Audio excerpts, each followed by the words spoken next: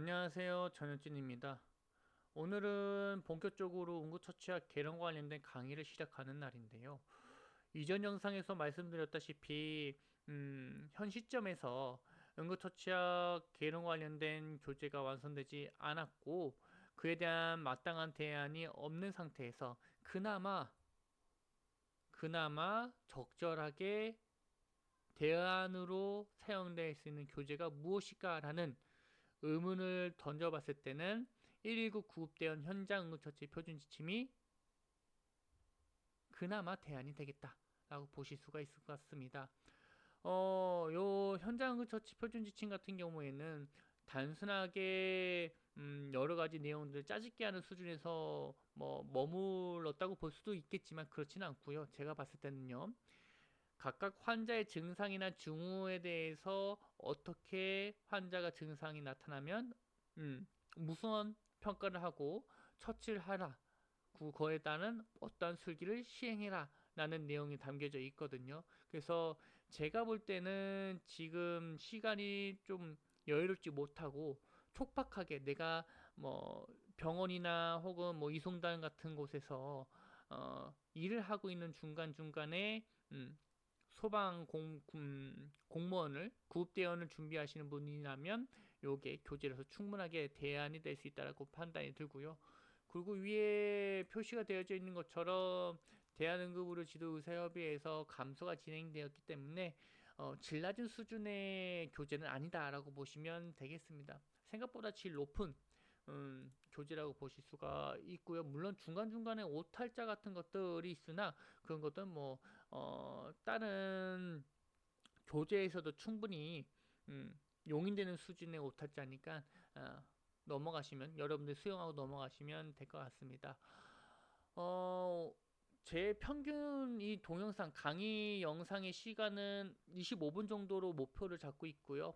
그래서 평균적으로 20분에서 30분 정도로 끝나는 영상들이 대부분일 거라는 생각이 듭니다. 그 시간에 맞추도록 제가 노력을 할 거고요. 물론 조금 더 오버되거나 조금 더 모자라는 강의가 있을 수는 있으나 그걸 맞추려고 노력을 하겠습니다. 물론 제가 임의적으로 맞추는 것은 아니고요. 25분의 그 학습 시간이 가장 효과적이다라는 이런 여러 가지 그 결과들을 보고 제가 25분으로 맞춘 거니까 양해 부탁드릴게요. 뭐 여러분들이 조금 더 많은 내용들을 습득하고자 하신다면 강의를 여러 번 다 들으시는 것도 괜찮겠죠. 그리고 제가 이전에 공지 인스타그램을 통해서 공지를 내렸던 것처럼요. 최소 2개 이상의 강의 영상 최대 3개 영상을 올려드리려고 노력을 할 겁니다. 뭐 많이 찍으면 좋겠지만요. 그게 제 마음대로 뭐 그냥 단순하게 5개 올릴게요. 일주일에 10개 올릴게요. 이렇게 하다가 제 여건이 안 된다면 그것 또한 여러분들 뭐 기만하는 것일 수도 있으니까 그냥 최소한으로 잡았습니다. 최대한 3개라고 올렸는데요. 뭐 4개가 될 수도 있고 혹은 5개가 될 수도 있을 것 같긴 합니다. 우선 네, 3개 정도로 생각을 해 주시면 좋을 것 같고요. 어, 목차를 잠깐 보시게 되면 첫 번째 나오는 것이 이제 이 현장 응급처치 표준 지침이 생기게 된 뭐 이유 같은 것들, 목적 같은 것들이 좀 나올 거고 그 외에 이제 이 지침 어떻게 활용할 것인가와 관련된 내용들, 그 다음에 의료지도와 관련된 내용이 조금 나오고 그 두 번째는 구급대 운영 지침이 나오는데요. 여기서 여러분들이 조금 중요하게 보셔야 될 것들은 요 3번에 있는 것들, 그 다음에 4번, 5번, 6번, 7번, 8번, 9번, 10번은 조금 애매하긴 한데요. 요거는 조금 중요하게 보셔야 되지 않을까라는 생각이 들어요. 요 내용들이 전문 응급처치약 총론과 조금 부합하거든요. 완벽하게 일치한다라고 볼 수는 없겠지만 총론에는 뭐 재난도 들어가기도 하고 아니면 뭐 법적인 동의 같은 것들도 좀 들어가기도 하고 명시조동이나 무시조동이나 우리가 많이 들어보셨잖아요, 그죠? 그런 내용도 들어가기도 하고 그 외적으로도 뭐 장비 같은 것들 이런 것들도 들어가기도 하고 해서 뭐 이게 모두 요 안에 있는 내용들이 다 100% 일치한다라고 볼 수는 없겠지만 이 총론 내용 안에는 포함이 된다라고 볼 수가 있어서 이 3번부터 9번까지는 여러분이 조금 보셔야 될 내용이지 않을까 확인하고 넘어가야 되지 않을까라는 생각이 들고요. 그리고 뭐 구급차 장비까지도 조금 우리가 살펴볼까는 합니다. 지금 아직 이 구급대 운영 지침에 대해서는 제가 가닥을 잡지 못하고 있는 상황이긴 하거든요. 아마도 2번 포함해서 9번까지 할 예정이고요. 10번은 보지 않아도 될 것 같습니다. 요거는 뭐 소방 공무원이 되고 나서 그 학교에서 뭐 다시 추가적으로 보시던가 하시면 될 것 같고요. 이거를 구급대원이 되지도 않았는데 이 기록하는 방법을 뭐 공부하실 필요는 없을 것 같습니다. 제 생각으로는요. 그래서 요거 정도 이제 총론에 포함된 내용들 조금 보시면 될 것 같고, 그런 부족함, 여기에 뭐 재난 같은 것들도 포함이 된다고 이야기를 했는데, 여기 이 교재 나오지 않는 것들은 어떻게 이제 강의를 할 것인가라고 이야기를 할 수도 있는데, 제가 가지고 있는 뭐 강의 자료 같은 것들을 활용할 예정이기는 합니다. 물론 이 교재를 완벽하게 다 끝내놓고 그 다음에 뭐 심화 과정이라고 하기엔 좀 그렇긴 한데 부족한 부분들을 채우는 영상들을 지속적으로 촬영해서 올려드릴 예정입니다. 그게 다 끝나게 되면 예상 문제라고 해야 될까요? 예상 문제들을 조금 같이 제가 만들어 보고 그다음에 그 문제들 같이 풀어보는 형태로 영상을 계속 찍어서 올릴까 합니다. 계획상은요. 어, 무조건 올려드리겠다라는 말은 저도 해드리고 싶은데 사람의 미래는 항상 유동적이라서 그렇게 꼭 해드리겠다라는 약속을 음, 무조건 해드릴 수는 좀 없을 것 같습니다. 그렇게 할 예정이라고만 알고 계시면 될 것 같고, 그 다음에 이제 표준 지침이라고 이제 본격적인 내용이 나올 건데요. 우리가 중요하게 볼 수 있는 이런 그 환자들의 증상이나 상황에 따라서 대처할 수 있는 것들을 쭉 써져 있고요. 이제 지식들이 되겠죠. 이와 관련된 지식들이 좀 될 것 같고, 처치 수준이라든지 환자의 상태라든지 이런 것들 좀 살펴볼 수 있는 지식들이 포함이 되어 있다라고 보시면 될 것 같고, 뭐 어떻게 평가를 하고 어떻게 처치할 것인가 뭐 그런 내용들도 써져 있습니다. 그래서 여러분들이 조금 직관적으로 살펴볼 수 있는 교재지 않을까라는 생각이 들어요. 뭐 여러분들 아시는 것처럼 내과 전문응급 처치야 혹은 뭐 전문 심장 소생술 같은 경우에는 어, 각각의 질병이 있잖아요. 뭐 급성 심근경색이라든지 관상동맥 증후군이라든지 아니면 뭐 횡문근 융해증이라든지 앞좌 증후군이라든지 각각의 질병에 대해서 이제 우리가 질환 증상과 징후를 파악을 하고 그에 따른 평가, 그다음에 그에 따른 처치 뭐 그런 것들을 이제 확인했었는데 그나마 이 현장 응급처치 표준 지침 같은 경우에는 보시는 것처럼 흉통에는 여러 가지가 있을 수 있잖아요. 그죠? 단순하게 폐 타박상일 수도 있는 거고요. 아니면 방금 얘기했던 뭐 급성 심근경색일 수도 있는 거고 뭐 여러 가지가 있는데 여기서는 하나의 증상으로 환자의 증상으로 우리가 어떻게 대처해야 되는지에 대한 내용도 좀 나오고 있으니까 그게 조금 짧은 시간 내에 시간이 지금 여러분들 중에 누군가는 이제 직업을 가지고 있는 상태에서 이 구급대원을 준비하실 거란 말이죠. 그러면 이 교과서가 훨씬 더 이 현장 응급처치 표준 지침이 훨씬 더 효율적이다, 효과적이다라고 보여집니다. 이전에 있던 질병들을 나열해가지고 하나하나씩 살펴보진 않고 환자의 증상에 딱 여러 가지 질병들이 나올 거니까요.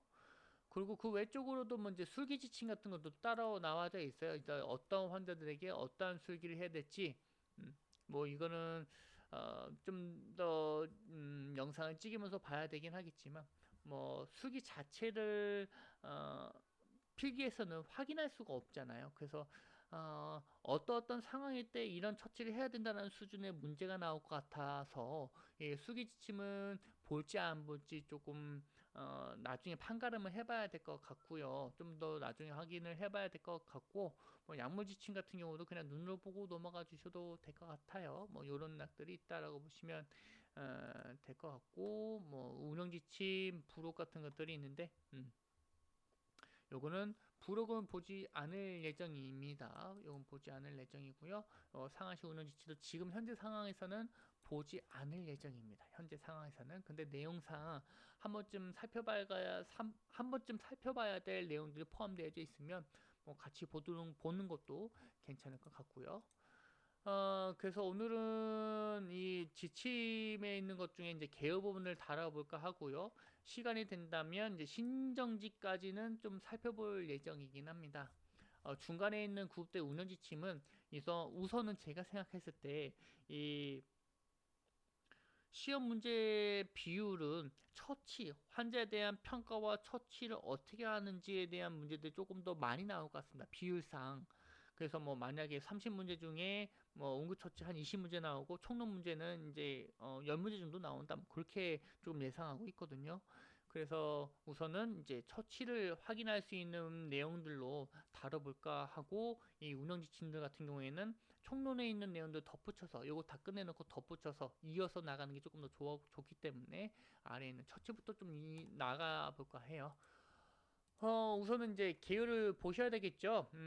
개요를 보시게 되면 첫 번째 목적에 대해서 설명을 해주고 있는데, 이 지침이 나오기 전까지는 전에는 각각의 뭐 응급구조사나 간호사 이 종별로, 자격종별이나 면허종별로 본인이 할 수 있는 처치들을 그냥 각자 알아서 적절하게 수행했다라고 보시면 되겠습니다.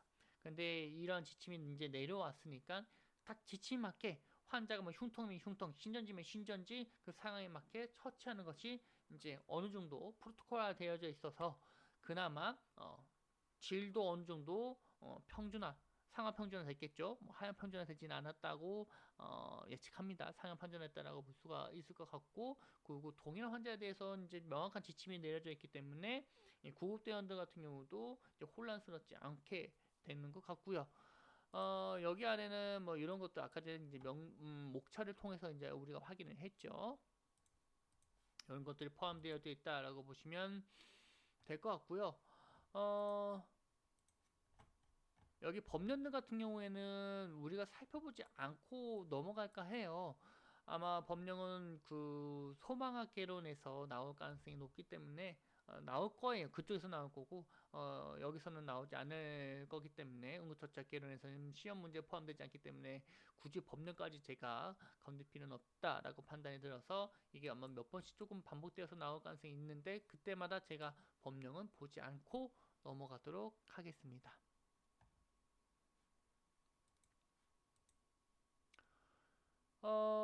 그 다음에 여기서 조금 더 여러분들이 보실 만한 내용들은 뭐가 있냐면, 요 문구가 조금 중요하겠죠. 본 지침은 유효기간 내에 유효하며 타 법령에 특별히 규정하거나 관련 법령의 재개정에 의해 변경된 내용에 대해서는 지침보다 우선한다. 그렇다는 소리는 뭐냐? 법령이 우선이긴 하나 지침 또한 그런 법들이 없다면, 지침의 세세한 내용들보다 법에 있는 내용들이 조금 내용이 부족하다면 지침으로 대체할 수 있다. 뭐가? 법적인 보장이. 여러분들이 행하는 의료 술기라든지 아니면은 의료적 행위 자체가 지침으로 보장될 수 있다라고 보실 수 있는 겁니다. 뭐 현재 구급대원분들 같은 경우도 이제 언제나 환자가 다 잘 되면 좋겠지만, 간혹가다 환자의 트러블 아니면 보호자의 트러블 아니면 상황상 약간의 이제 문제가 생길 수도 있겠죠. 그럴 때마다 상부에서 하는 이야기는 이제 그래서 지침대로 했어? 이 말이 이제 나오는 경우가 있다고 합니다. 저는 구급대는 활동하지 않아서 잘 모르겠으나 이제 제가 이제 주변에 있는 분들에게 물어봤을 때 지침이 생각보다 조금씩 중요해지고 있는 상황인 것 같기는 해요. 그래서 지금 우리가 보고 있는 지침, 교지를 선택한 이 지침이 잘못된 선택은 아니었다. 또 한번 확인할 수가 있는 거죠. 지침 구성 같은 경우도 이제 목차를 통해서 확인했으니까 보시면 될 것 같고, 지침의 사용자는 당연히 구급대원이 될 겁니다. 구급대 안으로 포함될 수 있는 사람들은 누구냐? 아시다시피 이제 여러분들이 속하게 되는 부분들, 그다음에 2급 응급구조사, 일반 구급대원분들인데, 이분들은 이제 구급대의 활동이 워낙에 활발해지다 보니까 구급대원의 수가 부족하게 된 거예요. 그죠? 이전부터 엄청 마시는 것처럼 이전에 소방학교나 이런 데에서 2급 응급구사 엄청 양성했잖아요. 지금도 양성하는 중이기도 하고. 근데 2급 응급구사로도 부족하니까 예전에는 이제 그 자체 구급 교육이라고 해서 이제 응급처치 등을 포함한 교육을 이수한 사람들도 구급대원이 될 수 있다라고 보시면 되는데요. 지금 뭐 현재 다 이 1급 응급구조사나 간호사 출신으로 구급대원을 다 대체하고 있는 상황이긴 합니다. 대체하려고 노력하고 있죠. 모두 다 그렇다는 소리는 아니고요. 어, 그 다음에 이제 사용 방법이 있는데요. 각각의 이 지침에 의해서 발생되는 상황별 평가 처치를 보시면 되고, 그에 따른 이송 수단이라든지 아니면 적정 이송 병원 선정이라든지 이런 것들을 조금 보시면 될 것 같습니다. 자, 여기서 조금 보셔야 될, 여러분 한 번 더 보셔야 될 내용은요. 요거 주쳐져 있는 것들은 자기네들도 봤을 때 좀 중요한 내용이다 이거예요. 뭐 좀 공무원들 비하하려고 하는 의도로 제가 이야기를 하는 건 아니고요. 공무원이 되기 시작하게 되면 누구나 조금 그렇겠지만 안정된 직장을 확보한 거잖아요. 그죠? 그래서 추가적인 공부를 한다라거나 혹은 지침이 내려오면 일거리가 더 생겼다고 생각하는 경우가 많습니다. 그래서 이런 지침들을 잘 안 보시는 구급대원분들이 더 많으실 거예요. 이 지침들을 누가 자세히 다 보실 거라고는 확답할 수 없겠죠. 그래서 안 보시는 분들 좀 있기 때문에 그럼 대충 훑어보거나 혹은 자세히 안 보시는 분들 위해서 이 사람들도 이제 줄을 쳐놓는 거죠. 이거 부분 좀 중요하니까 한번 봐라. 이 부분 한번 좀 봐라라고 이렇게 표시를 해준 겁니다. 한번 좀 봐라는 소리는 중요하다는 소리가 되는 거니까 우리한테도 중요하겠죠. 공부를 준비하는 사람한테도 중요하다라고 보시면 될 것 같고, 그래서 일반적 응급 상황에 대한 처치가 아닌 경우에는 뭘 해라? 직접 의료 지도를 요청해라. 그래서 의사의 지시를 따라서 평가를 하거나 처치를 하거나 병원에 이송을 해라 라고 보시면 될 것 같고, 그 아래에 있는 기호가 있는데 각각 기호에 따라서 등급이 나눠져 있고 이 등급에 따라서 행할 수 있는 응급처치가 다릅니다. 그런데 앞서 얘기했던 것처럼 여러분들은 다 모두 여기에 해당이 될 거기 때문에 각각의 기호가 나올 때마다 굳이 신경 쓸 필요까지는 없겠다라는 점. 그리고 그 다음에 뭐 응급처치와 관련된 약물 관련된 내용들이 남아있는데 이거는 뭐 그냥 네 훑어보고 넘어가시면 될 것 같고, 응급구조사에 대한 범위도 이제 법령 관련된 내용이기 때문에 그냥 이것도 한 번쯤은 훑어보고 넘어가 주시면 되겠습니다. 자, 여기서 조금 더 중요하게 보시는 것들은 여기 있는 그 주의사항입니다. 지침대로 하되 상황별로 유연하게 대처하라. 여기 번영하여 적용할 수 있다고 써져 있죠. 무조건 신전지 환자라고 해서 신전지에 나오는 지침대로만 행하는 것이 아니라 상황에 맞게 익수 환자면 익사 환자면 익사 환자, 아니면 감전이한 신전이면 감전이한 신전지 환자, 뭐 그런 상황별로 필요한 기준점들을 각자 알아서 정해서 지침을 기준으로 하되 변형을 하라라는 거죠. 근데 지침이 기준이 아니라 본인의 잣대로 응급처치라는 것은 안 된다라고 보시면 되겠습니다. 기준이 있어요. 지침에 대한 기준이 있고 이거를 살짝 변형하라는 겁니다. 번영이라고 했지 다른 기준을 선정하는 것은 아니다 라고 보시면 될 것 같고, 뭐 나머지 내용들도 네 눈을 보시게 되면 뭐 이것도 절대적인 기준이 아니다. 이송병원 선정도요. 그리고 이것도 다 대부분 권고사항이니까 한 번쯤 보라. 의학적 권고사항이다라는 점. 절대사항이 아니고 이거 좀 보라고 보시면 될 것 같고, 교육교재 사용할 수 있다라는 말이 있죠. 누구에게? 구급대원에게. 그러면 우리는 구급대원이 될 사람이니까 이걸 미리 확인하는 것도 좋겠죠. 이 사람들이 교육을 받아야 되는 교재로 활용되는 것들인데 이걸 다 알고 있는 상태에서 구급대원으로 들어오게 된다면 당연히 소방 입장에서는 땡큐죠. 그죠? 참 고마운 인재다라고 생각을 할 겁니다. 그리고 의료기관 사이에서의 환자 전원, 다른 타병으로 이송해서는 사용되지 않는다라는 점도 뭐 한 번쯤 보고 넘어가셔도 될 것 같고요. 그 다음에 의료지도와 관련된 내용들이 나오는데, 의료지도는 두 가지로 우리가 배웠죠. 간접 의료지도하고 지적 의료지도. 지적 의료지도도 그냥 말뜻에 다 의미가 포함되어 있죠. 지적 의료지도는 이제 의사하고 직접적으로 의사소통을 하느냐, 간접 의료지도는 간접적으로 의사하고 소통을 하느냐, 두 가지만 확인하면 되는데, 여기 이 직접과 간접에 대해서 충분히 알고 계시겠지만 조금 더 하나의 개념을 적용하자면 시간입니다. 시간. 그래서 내가 실시간으로 의사하고 의사소통하고 있으면 요거는 직접인 거고, 내가 실시간이 아니라 이전에 의사가 내놓은 처방전이나 지시에 따라서 처치하고 있으면 이거는 간접이 되는 겁니다. 이전이니까요. 이전. 미래는 될 수 없고요. 그죠? 그래서 이전에 내온 처방전이나 지시는 간접, 실시간이면 직접. 이렇게 시간에 따라서 좀 구분해 볼 수도 있을 것 같습니다.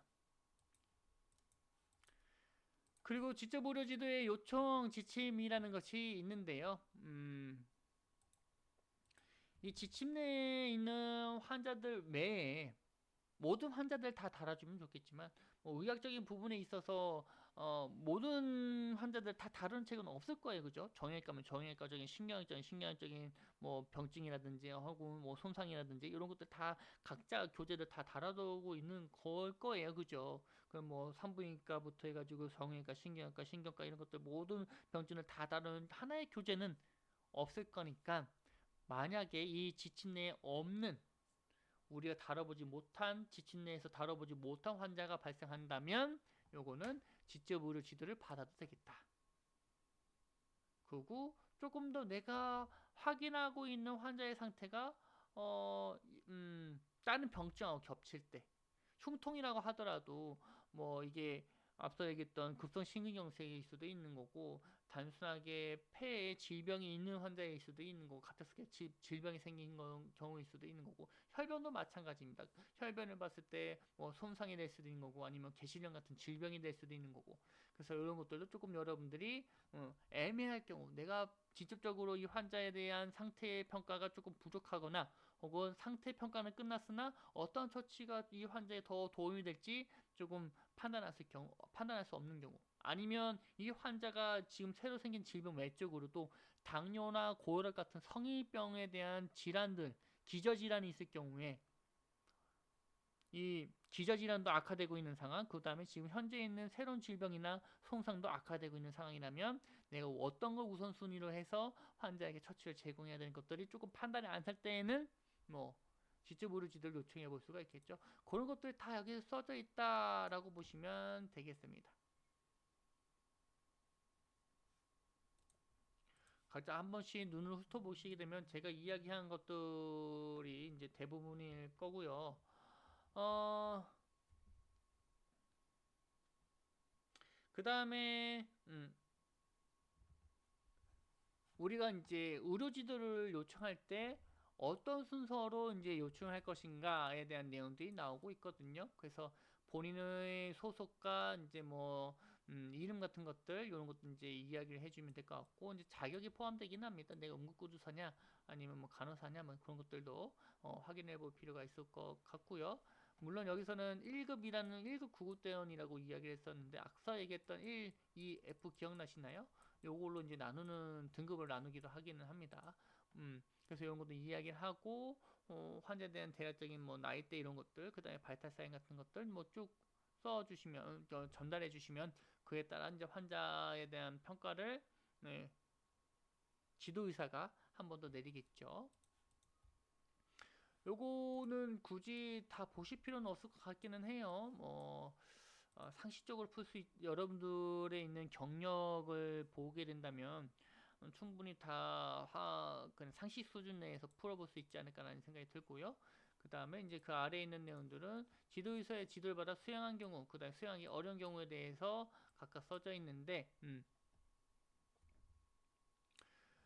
적절하게 이 처치를 수행한 경우 환자 상태가 변할 수 있겠죠. 그러면 변화한 환자 상태에 대해서 악화되면 악화됐다, 뭐 아니면은 호전됐으면 호전됐다, 뭐 그런 것들 발타 사인 같은 것도 다시 한번 전달해 준다라고 보시면 될 것 같고요.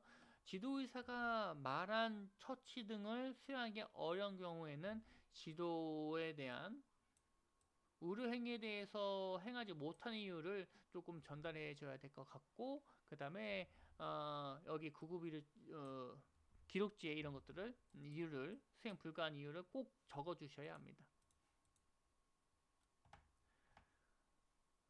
그 다음에 이제 지저분로 지도를 시도는 했으나 연결이 안 된 경우가 있겠죠. 그래서 다른 지도의사에게 1회 연결을 시도를 하고 지도에 따른다라는 점.